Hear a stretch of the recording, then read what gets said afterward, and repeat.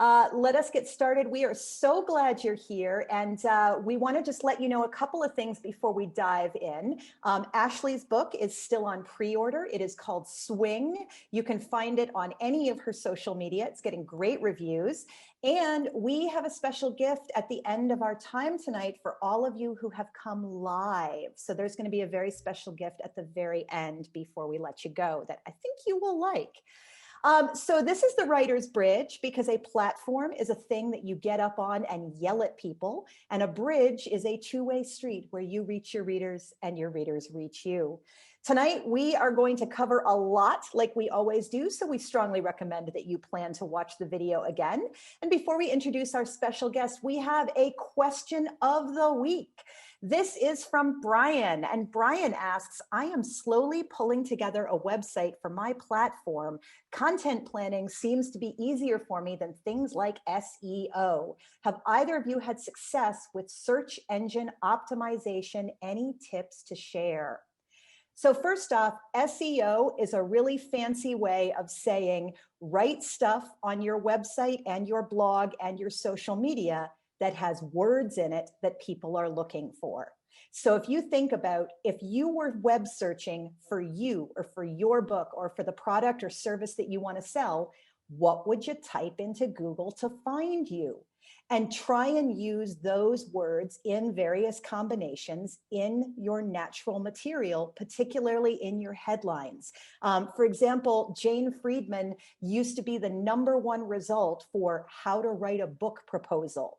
And the #1 Google result you would get was Jane's self-study course, How to Write a Book Proposal. And that's SEO at work. It is drawing your people who want to purchase what you have written or what you are there to sell with the words that they're looking for. Ashleigh, what do you do for SEO? I like to just put the title of my video in my caption in Instagram, because you got to remember, anything that you are saying on a video, even if you close caption it, is not going to come in up in SEO. So make sure you put it in your caption or in your alt text. That's like your image description, if you're putting that in manually, and those things help as well. Exactly. So use keywords in the title if you can. Use a strong opening phrase at the beginning of your blog, at the beginning of your caption, at the beginning of your email, because all of those are places where people will usually see the opening phrase as they decide whether or not to read. And if you know how to do metadata, if you know how to use alt tags on your images, go ahead and include your keywords in your website metadata and in your alt tags.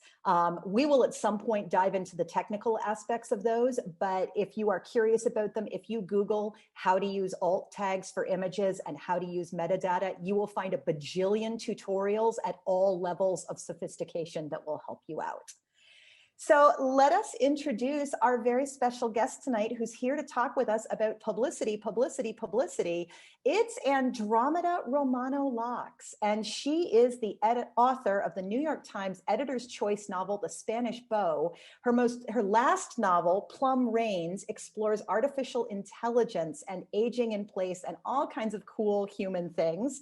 And right now, her brand new book is called Annie and the Wolves. It's a modern day historian who finds her life intertwined with Annie Oakley's in a novel that explores female revenge and whether or not you can change your past. Andromeda is also a book coach, and we're going to put her book order info and her contact info in the follow-up email. And welcome, Andromeda. We're so glad you're here. Hello, everyone. Love seeing everybody. So glad to have you. So we have Andromeda here because she has published traditionally with Soho Press. And Andromeda, can you give us the rundown on what it's like to work with a traditional publicist? Because we all fantasize that, oh yeah, I'm going to get a book deal. My publisher is going to do the marketing. All I have to do is brush my hair, show up on TV. I will never tweet again. And I understand that it's probably not actually like that. So what is it like working with a traditional publicist? How often do you interact with her? What does she do? What do you do? So your first clue is that I'm here, that I found Writer's Bridge, because clearly I feel like I need to do as much as I possibly can for my book. So that is probably the biggest, clearest signal you're going to get right there, that I'm trying to do all the things that you're trying to do. To give just a little bit more about my background. So I've actually published with 6 different publishers. So I'll focus most of my comments, even as we go back and forth and start comparing in-house versus freelance, on my last 2 publishers, because my last 2, my current one is considered a medium-sized publisher, and the one before that, Harcourt, it's not, it's a bigger publisher than Soho. So let's see, where do I even begin? Because a lot of this is going to be comparing experiences. How did it start? What was the first contact that you had with your publicist, and what kind of information did you get, and what did she want? Okay, right. And so I'm also going to have to refer to this book and books before, because having published with the same publisher for a number of books, in some ways the process gets a little bit different. But one of the first things that all of us should expect if we're publishing with a conventional publisher is that the wheels will start turning about 3 to 6 months before pub day. And I would say that one of my positions here talking with all of you is that we all have to find that fine line between being a squeaky wheel, being a self-advocate, and not being too squeaky. And I'm not an expert at that either. I think it's something we just have to keep experimenting with. So with most of my books, the last 2 or 3 books, I think I got into that kind of 3-month window before I was contacted. So my memory of it is that, and going back to emails to check as well, is that around that time, knowing that things were need to start happening, I actually reached out to my publicist and said, are we going to have our meeting? So that's one of those things. And it's something I see coming up in the Binders platform as well. Somebody saying, I'm starting to get nervous. I'm 3-4 months out. And yes, that is when you should be paying attention. So one of the most important things that happened, I don't think it happened for me this last time, but what typically happens is you get an author questionnaire. And that's one of the things I do want to focus on, because it's where you have the best control, and where even when I look back, maybe I should have done a better job. The author questionnaire is where they ask you to dump all that information in, all the contacts you have, all the ideas you have, people things you could write about. And so this is really your one best time to say, here's my vision, here's what I can do, here's what I want to do. So I will tell you that in the past, I was viewed that as, just a bit of homework that I didn't look forward to doing. And I would say now, spend more time on it, rather than wait till your book is coming out in 4 to 6 weeks and now suddenly you want them to hear your ideas. So author questionnaire, that normally happens. Although that 3 to 6 month window is when things start to turn, it doesn't mean that they really put up the fire really high. Often in my experience, that doesn't happen until 4 to 6 weeks before. And so maybe that's when we get most nervous, in between that 3-month time when in-house they're doing a lot of planning, but maybe you don't know everything they're planning. And then suddenly 4 to 6 weeks when all of a sudden stuff starts happening. And then things do start happening. A conversation that came up in our binder, or in maybe it was here, Allison, I'm not sure, but was about communication, about, do you know everything that they're doing? And I would say honestly that you don't. And as we talk about freelance publicists, that's probably going to be one of the biggest differences you're going to see. And that a freelance publicist, their job is to make the author comfortable, to tell you what they're doing. The author is the customer, the client. And so you're going to see, probably with a really good freelance publicist, lots of communication. The one surprise and potential frustration is that with an in-house publicist, even if they're doing a lot, you're probably not going to see most of it. And I will admit, that's confused me at times as well. But I try to remind myself that every moment the publicist is not having to answer one of my emails is a moment she can be sending my book off to the New York Times, not just once, but often they'll have to send a book, 12 times to get a publication's attention. And I can definitely see that happening, because I know I'm going to talk in a minute about DIY. And one of my experiences with sending publicity in the past is you write your beautiful press release, you find out who to send it to, you send it to the newspaper, then you call the newspaper and follow up about 5 days later. And oh no, the person you're supposed to send it to, they have moved on to another job. You actually need to send it to this other person. And then you call and follow up again and like, oh no, I didn't get it. Can you send it again? And it really does take 3 to 5 phone calls to actually get that contact to take an action. Thank you. Exactly. That's where I'm imagining them spending a lot of their time in follow-up. And so my publicist does not like keep a Google Doc with me where she shows me. Andromeda, I'm going to mute you for a second and message you so that you know when to come back in when you are unfrozen. Ashleigh, can you take a detour for us? You're doing kind of a combination where you're self-publishing, but you're also working with a marketing person and a social media assistant. And I want to also say for everybody, the difference between marketing and publicity is that marketing is purchased and publicity is earned. So when you buy advertisements on Facebook, when you buy an ad in the newspaper, that is marketing. When the newspaper includes your book on the 10 best books for this summer, that's publicity. Ashleigh, will you dive on in? Yeah, absolutely. Okay, so I have chosen to outsource a few things. Even though I'm independently publishing. One of those things is I've hired a marketing company run by a fellow writer who is handling my Facebook and Instagram ads. And that has been nice for someone to take that off of my plate, because whenever there are numbers involved, even though I'm a working creative, as a figure skating coach and choreographer, I would crunch the numbers for hours every week to figure out what features to put in each element to get us the highest score. Like my mind gravitates to numbers. And when you have a Facebook or Instagram boosted post or ad, there are 100 metrics you can check every hour. And I am not really any good to my community of other writers or my community of readers if I am just checking metrics constantly, metrics that I didn't really understand. So I hired a marketing company. The contract I have with them is for $5,000 for about 6 weeks. I think we're going to stretch it out a little bit further. They're doing my book trailer, which I actually recorded for them probably a month ago, but I don't have it yet. They're doing my landing page, which again, I'm 4 weeks from pub date. It's not live yet. So there are some trade-offs, absolutely, with hiring people. I work at a really, really fast pace.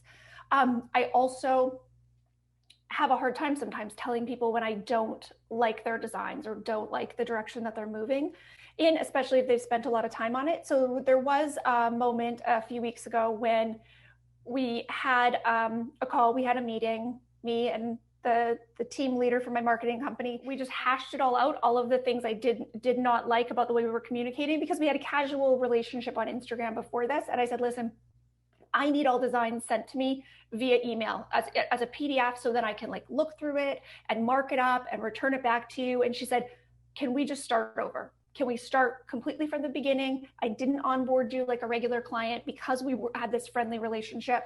And we did, and things are a lot better. And we've had a lot of stress and family loss in the past few weeks. And I noticed over the weekend when I wasn't posting anything new, I had a like come up on something, and I looked and there was brand new ad creative that had gone out that was beautiful. That was exactly what I had expressed that I wanted.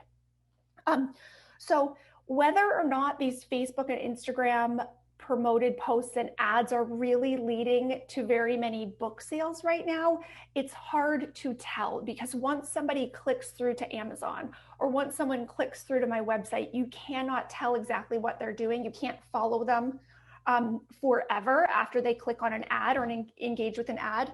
What I am noticing is when I have promoted mini essays on Facebook, they lead to a lot of website traffic, and then people go back and read a lot of my previous writing. So there's a brand awareness component of this. We had one question was, how much should all of this cost? And we had a couple of answers in the chat. Emily says she knows people who have spent anywhere between 5 and 30K. Lisa wonders, did they recoup the 30K? And Emily says, yeah, they did, but they would have anyway. Ricky spent 5K and she didn't recoup it directly, but got great publicity that had a long-term impact. Numbers I've heard as I've done some research for this episode episode are that you should expect to spend anywhere between $3,000 and $6,000 a month with a 3 to 6 month commitment, because the publicist doesn't want to just swoop in and work for a month. The publicist needs to be able to do follow through. That said, it is possible to coordinate your own publicity and do big chunks of it yourself if you have that kind of time and energy, and spend a lot less money. Ashleigh, what do you think? I have been asking myself this question over and over for the past 6 months, since I left my agent and decided to start my own small press. At first, and some of you have heard this in the binders, at first my goal was, okay, if I break even by pub day, like the number of pre-orders I've received, my royalties from those equal the amount of money I've invested. Okay, that would be good. And then I thought, wait, I ran my own business for 2 decades before this. My parents have, my in-laws, Manny runs his own business. And I thought, okay, wait, what other business expects to turn a profit the day they open? Okay, let's maybe think of this a little bit more long-term.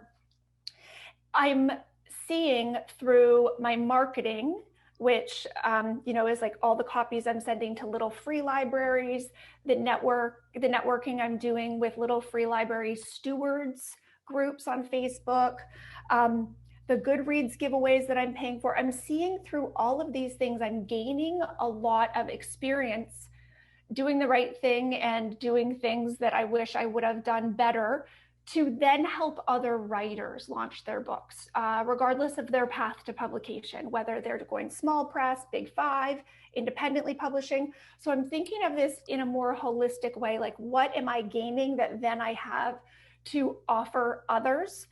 One of the things that I realized working with Allison over these past 8 months is my favorite part about writing is learning more about publishing so I can help other writers. I would agree with that. Hey, Andromeda, when you're working with your traditional publisher and the publisher's publicist who is paid by them, are there extra expenses that you end up paying? Well, so that gets back to the idea that I'm still trying to do sort of half of the work. I'm doing a lot of things on my own without real coordination with them. I'm much more interested in doing the social media side, which, as you all know, involves, you're paying for Canva, you might be ordering book plates, you might be paying for coaching training, those sorts of things. So not as much as what Ashleigh is doing, but some of it. And since I got cut off, I did just want to finish the timeline of what they do. So my publicist was first working on reviews, then setting up events. And they gave me the feedback that, especially with people getting Zoom fatigue, that really 2 to 3 events might be what you should aim for. I've done probably 12 to 14 events so far. So again, that slight mismatch between what the publicist is saying and what the author is saying, because the publicist not only is working for the publisher, not for you, the author, but they're thinking about that one book, whereas I'm thinking about my platform and books down the line. And so again, that's where it's more like Ashleigh's example, where my activities are really trying to drive a longer term view. I will also add that there were times when things were super busy, when I didn't get every email answered, but now I'm 3 months out and I'm still in touch with my publicist about once a week. We're still pitching, say, magazines. So we kind of did that cycle of reviews, events, and then continuing to do those extra essays and things like that. And that is where I saw having an in-house publicist was very helpful, because she was not only able to get responses that I might not have gotten, but to get them more quickly. So people in this group may have noticed, because I put in the binder, that I wanted to send a query to Writer's Digest. And working with a publicist, we were able to get an answer probably in about a week and a half. Whereas Allison, I think you mentioned that maybe you had normally a 3 to 4 month waiting time. Morgan just pitched Writer's Digest. Morgan, what did they tell you in terms of the wait? So I actually was just thinking, because of this session that you're doing, that I'm going to follow up, like maybe when I'm done with this session, and see what the hell is taking them so long, because they were not a week. And they said more like 3 to 4 months. So that's what I would expect if I had pitched myself, somewhere between a month and a couple months. But yeah, so I'm just trying to name all the things that a publicist really is helpful with, those contacts they have, while still giving you the final message that I feel like I'm still doing about half the work. I'm pitching places on my own, buying things on my own, spending probably 10 hours a week on social media and events, I'd say. Yeah. And I think too, that's one of the major values that a publisher's publicist brings to you, and that you want to be looking for if you're in the market for a freelance publicist. You need to ask your potential freelance publicist, who can you get to that I can't get to myself? And that does not mean that they're going to hand over their contacts list to you or even necessarily tell you everything, but you want to be able to hear from them, well, your piece deals with part of your journey as being a Mormon, and I'm connected to several people with religious magazines who I think would be able to do pieces on you from that angle. You want to know, where are they going to get you that you can't get to just by dropping an email or sending a press release, because their contacts is a big chunk of what makes them valuable. I think going back to the question of how much to invest, if you had a Big Five publisher and your book was going to be a lead title, think about how much money they would invest in the 6 months before launch and maybe the 2 months after.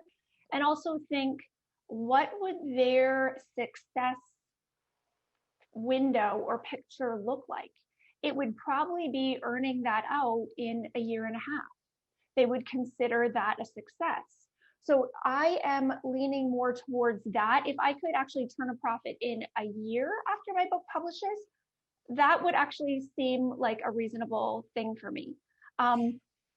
Jay Allison points out that it's valuable thinking about the dollar value of paying someone to do all of that follow-up and keeping track of things instead of you doing all the research, pitching, following up, etc. I've been creating a list of book launch activities, and there is just a ton of stuff on there. I've hired an assistant. I'm paying her 65 Canadian an hour, so it's about 45 or 47 American. She is making a list of podcasts for me and figuring out who the hosts are and following them on Twitter on a list so that I can just copy her Twitter list and follow it for myself. I don't have to hunt them all down. I'm starting in the platforms binder a list of independent bookstores around the country that I'm hoping we're all going to contribute. What's the indie bookstore near me? Who would you talk to? Who is the marketing person?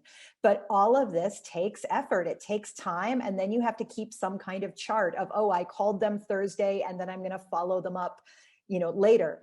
Jessica points out in the chat, if you have a PR person, be sure that they have expertise or contacts in your field. And that is a great point. A friend of mine who was writing horror and has just switched to fantasy, for his last horror novel, he really wanted it to break out because his sales had been decreasing, his advances were getting lower, and he was worried that his traditional publisher, Penguin Random House, was going to drop him. So he spent $30,000 on a publicist, which he raised through a GoFundMe because he had a giant pool of contacts. I mean, he was truly extremely well connected with a lot of people who could give $50 or $100. And it ended up being largely wasted because she mostly knew chick lit and romance. So even though she was a great publicist, she was not a great publicist for a horror novel. So you want to ask, have they worked in your genre before? If you have a Big Five publisher and you are going to be one of their lead titles, do you still recommend getting an outside publicist? It says publisher here, but probably publicist. If you are one of the lead titles and you know that based on the size of your advance and the amount of TLC and attention you are getting from that Big Five publisher, they may do enough in-house for you. They may, pull the strings that need to be pulled for you if you are one of those lead titles. I would like to know from people who've been in that situation, Andromeda, do you actually get like a lead title red ribbon? How do you know for sure when there's a slate of books coming out if you are one of those chosen ones? So my debut novel, The Spanish Boat, came out in 2007 from Harcourt, and it was a large advance, and it was their lead title, and it was on the cover of their catalogs. And so they talked about it that way. And I would say in that case, they were doing so much publicity and marketing that I actually couldn't, I felt like I could barely keep up. So I would have not wanted to hire someone else. The number of things they were sending me, interviews to fill out, 2 book tours, just all the things that you have to be responsive. I actually felt like I was right on the edge. People were telling me maybe you should hire a personal assistant or something, but I didn't at the time. So I would have not wanted any more activity. I couldn't handle another essay or another bookstore visit. And that's been my only experience with that. Emily says in the chat, I know people who have been the lead, they tell you. And you will also know too, because if your advance is in the mid 5 to low 6 figures, you're probably going to be a lead title. If your advance is under $25,000, $30,000, you're not going to be a lead title. Unless you're at like a press that is small enough that handing out that kind of an advance is insane. So yeah, Stacy says, I've had book clients with the big 5, and I would really recommend building your own writer's bridge. And yeah, I think that's really true. I think you really do have to build the readers who really love you and the readers who really want to know what you have to say. I am a jaded cynic who has spent my life self-publicizing because I was in theater for a long time. I'm expecting to probably spend 12 to 20 hours a week for the next 6 months doing tasks related to publicizing my book. Now, that's a fairly broad category because I definitely spend at least 5 or 6 hours a week on social media in 10 to 15 minute chunks. I spend roughly 7 hours a month on the Writer's Bridge. This is part of my platform. So it's really important to have a realistic sense of how much time you have. Yep, time and money, definitely. It's like those time, money, and the emotional load, right? Because that has value as well. You are no good to yourself or anyone if you are taking on you have too many balls in the air and too many things that only have your eyes on them. Andromeda? I really appreciate you talking about the number of hours, because I said I'm at about 10 hours a week now, but I was at about 20 hours a week for maybe 3 to 4 months. And again, so that just shows no matter what package you put together, you're still doing that much work. Exactly. And even if you have a full-time publicist, who is a really big deal, one of my editorial clients on her first book managed to land a mid-6 figures advance for a book that they expected to be very large. And it was not as large as they expected it to be, which can be a really big problem, because if the publisher feels like they spent a lot of money on you and you didn't earn it back, it can really hurt your chances of selling the second book. But when I was working with her at that time, she is fielding stuff from the publicists going, okay, I have to write an essay for Time magazine and I have to answer 3 things for this blog that's primarily about dogs, but I have a dog, so I'm going to write about that. And I have to, fly over and do this book festival and spend 5 days teaching different little workshops that kind of tie into my book. There was still a lot of tasks for her to execute. Ellen points out she spent about 12 hours a week with her short story collection, Lost Girls, and got as much coverage as a fellow small press author who had a publicist, but it was hard work. And I remember seeing lots of Ellen's posts, and I'm still seeing Ellen's posts about her book. Something that's really important to remember is that the vast majority of your followers and your readers do not see the vast majority of what you post anywhere, whether that is Instagram, Facebook, you wrote an essay, you're having an event in town, and your actual book. I'm working on this book launch marketing list with my husband, and he's like, well, you have a thing saying that they should post about their book once a week. Aren't people going to get tired of that? And I told him the story about how Stephanie Weaver had been promoting her migraine cookbook for 4 years when she met a friend at a conference, and the friend said, oh, wow, you have a book out? Most people are not going to see most of what you post. Andromeda, what do you see as far as like reaching beyond the people you already know, and how much does a publicist help with that? Oh, that's such a good question. Because my social media is probably going to the people that I already know. Maybe some of the essays are reaching new people. But again, getting at this more complicated view, most of my essay ideas have been my own. They didn't come from the publicist. So again, we had, success with the last one she pitched, but I think more than half of the essays I published were ones I'd actually pitched. So essays might be a way. And if you can tell me the other way, Allison, I'd really be grateful, because I think that's what all of publishing wants to know. How do you reach beyond your own circle?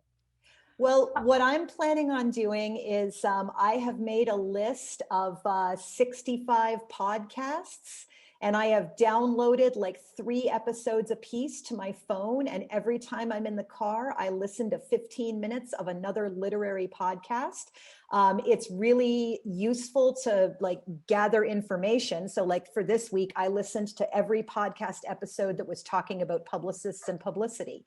And I am now planning to send out press releases and emails and Instagram DMs to every single person on that podcast list whose show I didn't hate, saying, hey, this is me. Here's what I think is important about your podcast. Here's what I could say to your listeners. Would you like to have me on your podcast? Because even if they only have 100 listeners, that's 100 people who don't know that I exist already. And I think it really is a small incremental kind of thing. What I did want to talk about was getting out to audiences beyond who you're already reaching in your social circles, your professional circles, and on social media. Okay, like the people who already know you and know you're a writer, you've been working on a book. I am really responsive to my social media audience. So if people DM me on Instagram, I always reply. Sometimes I talk about those replies and those conversations in my stories. So even new audience members or people who have not sent me a direct message know that that is just part of the way I show up for my audience. All of my podcast interviews, my public radio interview, my reviews that are coming out in smaller literary journals, and even now, another writer who has offered to pitch a profile of me to an online pub. All of those have been from connections that I have made and fostered in my audience. In the chat are pointing out to us as well, focus on press about your topics and your themes rather than specifically for writers. Like I'm specifically looking for writing and literary podcasts because my book is about how to write a book. If I was writing a memoir, I would look for stuff that suits the topic of my memoir. I asked Jaye to unmute for a second. Jaye, you interviewed a few publicists before you chose who to hire. Would you tell us what kind of stuff did you ask them and what made you pick the one you picked? Yeah, so I'm publishing with Red Hen Press, which is a nonprofit, so they do not have in-house publicists to assign to authors. So they highly recommended I hire somebody to work freelance for me. And they had a list to start with of people they had worked with before and their price ranges. So I narrowed that down to what I felt like I could afford. And then I also added to it after asking other authors who had been through the process. So I started with a list of 10 and I sent them an email. And the first thing I did in that email is I described my book, and then I had my core questions to kind of weed out the ones that were obviously not going to work. I knew that I wanted somebody, like you said, who was going to give me access to places I couldn't reach on my own. I do not have any kind of nonfiction CNF writing experience, like pitching experience. So I really wanted somebody who was not just going to do that for me, but also show me how to do it so I could do it in the future. So I was asking questions about, well, how hands-on are you? What do you tell the author? How involved? So I was really looking for a partnership, not just someone I could send off into the world with my money. The second thing that I really cared about was someone who was also going to think about social media outreach. So not doing my social media marketing, but doing Bookstagrammer. So I was surprised by the high number of people, publicists from the list I had, who either had social media work as a separate thing or just didn't do it at all. They were very traditional. They were not thinking about the book communities on social media. And I thought that was alarming. So basically what it came down to was I had 3 that I interviewed through Zoom, and it was very obvious right away for my price range who was going to be able to do that 2-pronged traditional print media outreach.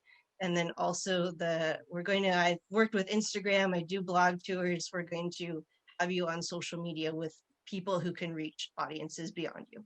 So that was actually how I decided the money and that being able to do both worlds, because I think we're kind of in a weird position right now in publishing where you still need, you know, those mainstream publications, but you also need to have a reach through the people on Instagram and Book Talk and maybe YouTube. I don't know. We'll see. Awesome. Thank you so much, Jaye. When does your book come out? Thank you, Jaye. Type it in the chat. Type the name of your book. It comes out August 31st, or you can round to September 1st if that's easier. Fantastic. And Peg adds as well, I interviewed 3 publicists and chose the one whose pricing seemed the most specific, delineating what they will do for the price in each area. So far, I have ended up not hiring a publicist because the 2 publicists whose information my publisher sent me, one of them, I opened the document and there was no contact information at all. And I had to Google their logo. And first I got a firm in New Zealand and then I got them and their website looked nice, but I was like, really? You didn't provide me information with contact information? That seems key. And the second publicist had a broken link for her contact information in the document. And so I kind of wrote both of them off the list because those to me seem like pretty big mistakes right out of the bat. Ashleigh, you've done some social media tours through Instagram, through Bookstagram, and Andromeda, you have informally done some blog tours. What the heck is a blog tour or a Bookstagram tour? How does it work and does it help? So first off, I asked my assistant, who I pay much less than Allison's assistant, but she also does much less. She's my 21-year-old niece and I pay her $20 American an hour. And she works lots of hours a week and, you know, we'll Zoom and we'll chat and like some of it is just us brainstorming and she gets paid for that time too. I taught her the difference between literary and commercial memoirs and sent her loose on Instagram. She's very good on social media to find a list of Bookstagrammers that she thought would be a good fit. She came back with a diverse group as far as ethnicity and as far as books they represent or review and follower count. So her list was fantastic.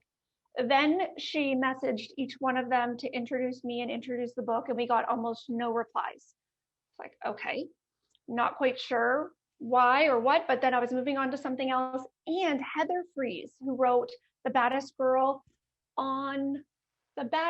where is it? I think it's The Baddest Girl on the Planet. On the planet or world? Yeah, should be up there with my orange books. She announced that she was doing a book tour with Kate Rock's book tours. And I was like, okay, yes, please, because I was thinking I would just forget about Bookstagrammers. I signed up for Kate's 30-day book tour, which was the longest one, $850, and she matched me with 40-some Bookstagrammers. So she sent a description of my book. Kate and I got on the phone and she told me the things she does. She's a writer as well. This was a good conversation. I felt great about it right from the beginning. We probably talked for 30 or 40 minutes, her just going through all of the things she could support me in doing. Then she sent out information to my book to her stable of Bookstagrammers. She has about 400. And then she matched me with the ones she thought would be the best matches.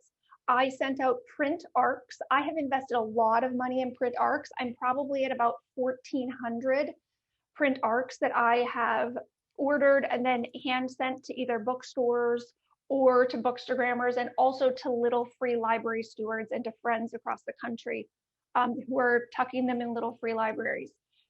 I sent all of them to the Bookstagrammers with a QR code sticker on the inside so they could listen to the audiobook as well. And the Bookstagrammers were like, wow, an audiobook option too, because that wasn't something they would normally get even from a traditional publisher. And I'm noticing now that the mail is landing at all of these Bookstagrammers residences in the US and Canada, that when they're sharing my book in their stack of book mail, a lot of them are from traditionally published writers as well. That, you know, HarperCollins or Random House, they are sending their books, their forthcoming titles to these same Bookstagrammers for coverage. The tour hasn't officially started, but already I'm receiving new followers and a lot of posts from these Bookstagrammers and Kate, who runs it, I'm thinking it's going to be one of my best investments. Andromeda, tell us your experience with being on blogs. I haven't done anything as organized as what Ashleigh is describing. I've done more of the just reaching out organically to blogs that I actually admire and notice, and then them saying, yes, we'd like to interview you, or could you write up this little piece for us? So not exactly a tour. I will also say in some of those cases, I've come across, messages on blogs where they'll say, we won't take pitches, we won't take submissions. I've contacted them anyway, and then they have. So, you do have to be a little assertive sometimes, or experimental. I agree. Let's answer Keema's question before we pop into some breakout rooms. Keema says, I know I'm not the only parent with super small kids during a pandemic at an indie press with no in-house publicity or childcare. I've been able to place a few articles, book reviews, and print interviews, but I don't have the kid-free time for recording podcasts or doing live interviews, readings, radio slots. What avenues of outreach are going to be the most helpful for reaching readers in this scenario? Bookstagram tour, postcards, blog posts, mailing postcards, calling bookstores. Ashleigh, what do you think? Bookstagram tour, definitely. Definitely just the number of eyes it's going to get on your book. And even people who have followed me for a long time have not pre-ordered my book, or maybe just ordered it yesterday and sent me a message. It just takes a lot. For a lot of people, pre-ordering a book is an entirely new habit. Okay, so we're overcoming two things during the launch period. We are trying to convince somebody to make a sale to purchase our book, right? And it's not that everybody who likes us or has ever met us and thought we were swell is going to buy our book. They're not. Because, just think about the people who you love and you think are great, but you don't buy their book for whatever reason. And Keema has a really nice thing too, which is that she wrote a really great essay for the New York Times that was lovely. It was fun to read. It tied into the topic of her memoir. And that is something that you can get a lot of mileage out of. Keema reposted it again to her socials about a week later. That way a second group of people got to see it. So if you do get an essay published, milk the heck out of promoting it to all of your friends and family. Keema, did you get that New York Times thing from your publicist helping pitch you, or did you pitch it yourself? You can put that in the chat, or you can unmute, whichever you prefer. It's also entirely possible that there is a toddler clinging to you right now. He's watching Star Wars Legos. I pitched that essay myself, and I'm not sure that I've seen a huge bump from it or anything in terms of pre-orders, but I have seen more Instagram followers, and I got one single email from a reader and someone on Twitter who reached out and said, oh, I knew your father back in the day in Anchorage. So I'm not really sure how much it did necessarily for the book, but it also didn't line up very well with my publication date like I was hoping. So I'm not sure what it'll mean long term. Well, I think it'll build your reputation as a serious writer with something beautiful to say. All these little books help. Yeah, I have been getting more editor-in-chiefs following me on Twitter from bigger places. I don't know what that means. I'm not like interacting with them because I see them and I'm immediately frozen in space and time. So we are going to send you guys into some breakout rooms. When we come back from breakout rooms, we have a lovely free gift to give you. When you go into breakout rooms, don't freak out. It's not weird. Like, it always feels like it's going to be weird, but it is not actually weird. We're just going to send you in for about 7 or 8 minutes. Just say hi to the other people in your room, find out what they're writing, find out if you can follow them on their socials. If you're totally weirded out by it, you're also welcome to stay here in the main room. We are so happy to just have you on board. And I'm just watching the breakout rooms to make sure that nobody is stuck all by themselves. That person's got at least 2 in there. We got at least 2 in there. Got at least 2. Got at least 2. And yeah, okay, so nobody's stuck by themselves in a breakout room. Awesome. Andromeda, do you have anything you want to wrap up with when we get back? What did we not cover? I think I've said most of what I want to say, except that I think one of the really big misunderstandings is people not really of having these freelance publicists that are doing things that look good on paper but are not effective. So, I mean, maybe we have already touched. I mean, that's why I actually wanted Keema to talk about her New York Times, because like my in-house publicist would say New York Times worth way more than all the time you're spending on social media. I'm not sure that's entirely true, but so that differentiating between what is actually worthwhile and what just looks busy. Yeah. So let's have you say that when we come back from breakout. And then I'm going to introduce the book marketing launch checklist and ask people to put their email in the chat to get the book marketing launch list. Okay. There was one other thing about transparency that I can mention, which is that, and I read about this in an article when I was preparing for this week, talking about how at the publishers, they actually don't want you to know what they're doing for you relative to the other authors, because you're competing for resources in-house. But have we already made that point? And I mean, I've tried to be clear that they're not that transparent. I think know that naming that specifically would be helpful. My other takeaways, and I just feel like we all need to say this many different ways. It's all DIY no matter what route you take. And not all DIY, but there's a huge DIY component no matter how you arrange it. Yep. I think making So that should I just point, say that again? underlining it, yes. I think so. Okay. I mean, it's the reality. It's the reality of publishing now, right? I'm sending the 2-minute warning. And things are always changing. So it's like our job to be ahead of the game, ahead of the curve, and look at what Ashleigh's doing with Clubhouse. Right, like being on the edge of what's new and where you're going to branch out is sort of a full-time job, right? And I think that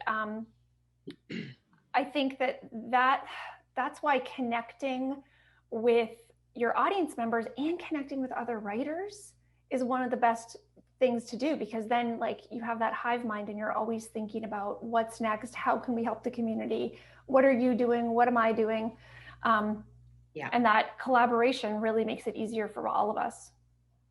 I think it really does. I think it really does. And that's the thing too that I think we constantly underestimate is how much more valuable one really solid connection is than 100 people who briefly saw your name somewhere. You know? Yeah, absolutely. Just like we've been talking about in our course, Allison, social media is just the place for us to broadcast like what we're doing in real life as far as learning, growing, connecting. Exactly. You want to turn your readers into fans. You want to turn your fans into evangelists. So yeah.